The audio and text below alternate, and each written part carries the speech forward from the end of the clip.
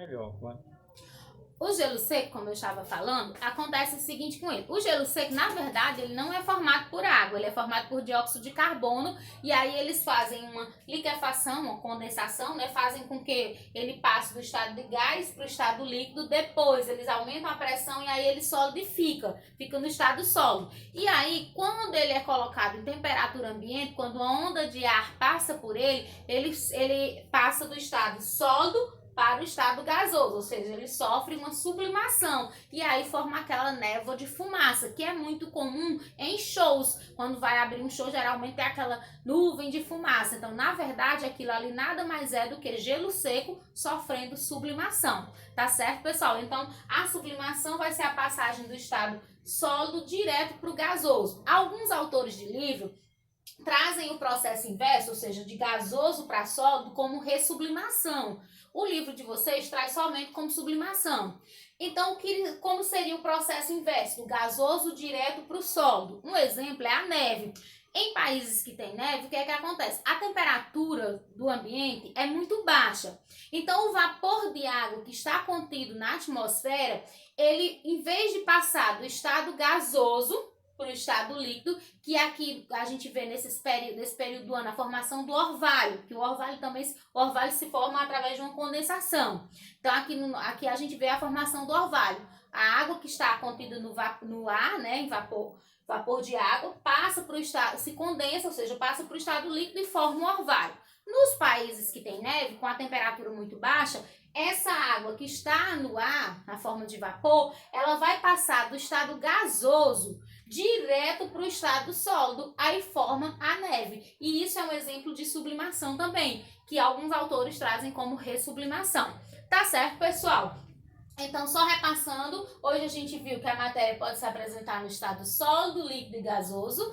Essas matérias, elas passam por diversas transformações e a passagem do sólido para o líquido recebe o nome de fusão. Líquido para gasoso, vaporização, aí nós temos três formas: evaporação lenta, ebulição mais rápida e que forma bolhas, e calefação, a forma bem mais rápida, tá bom? A passagem do estado gasoso para o líquido recebe o nome de condensação ou liquefação.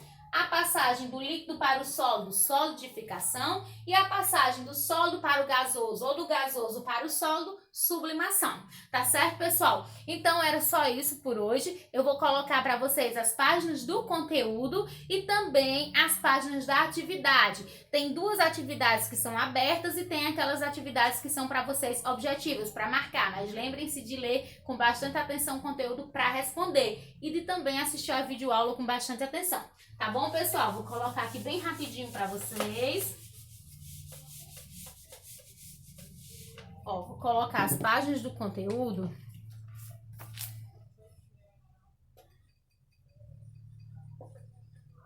Ó, o conteúdo, ele vai estar nas páginas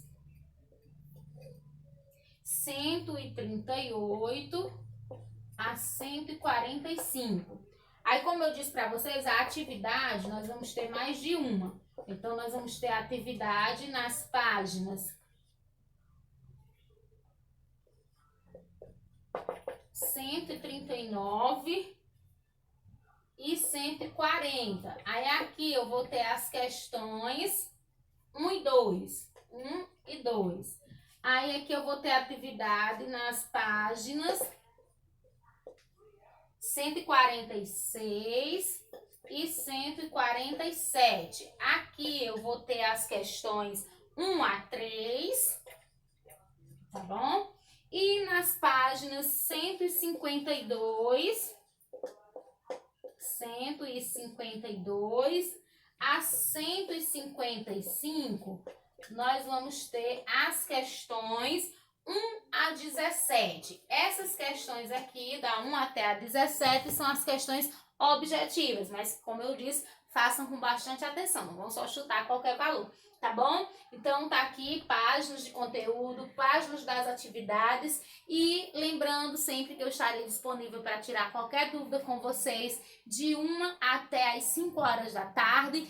E a atividade pode mandar ou pela sala de aula e se não der certo, manda pelo no PV. Gostaria de dizer que, infelizmente, eu estou sentindo a ausência de alguns de vocês do nono ano.